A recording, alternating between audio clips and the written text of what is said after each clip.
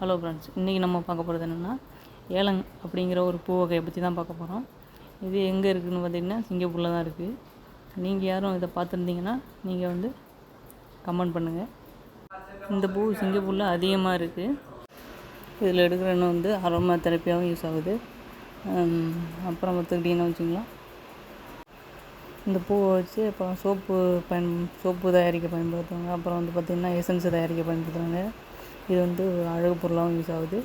அப்புறம் வாசனை திரவியம், அதாவது இந்த பூவை தொட்டோம்னா நம்ம 15 செகண்டு இந்த நறுமணம் இருந்துக்கிட்டே இருக்கும். அதனால் இந்த வாசனை திரவியம் தயாரிக்கிறதுக்கும் பயன்படுத்துகிறாங்க. இந்த பூ பார்த்துக்கிட்டிங்கன்னா மக்களை அமைதியப்படுத்தக்கூடிய ஒரு ரசாயனமும் இந்த பூவில் இருக்குது. இந்த பூவை சிங்கப்பூரில் அதிகமான இடத்துல இது இருக்குது. நீங்கள் எங்கெல்லாம் இந்த பூவை பார்த்துருக்கீங்கன்னு கமெண்ட் பண்ணுங்கள்.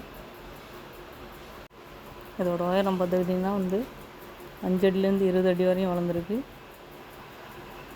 நிறையா மரம். அப்புறம் பார்த்துக்கிட்டிங்கன்னா இது ஸ்டாரு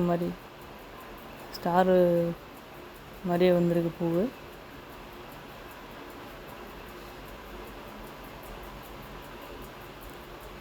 பூவை பார்த்தீங்களா க்ளோஸில் எவ்வளோ அழகாக இருக்குது. இதே மாதிரி இதோட வாசனையும் நல்லாயிருக்கு.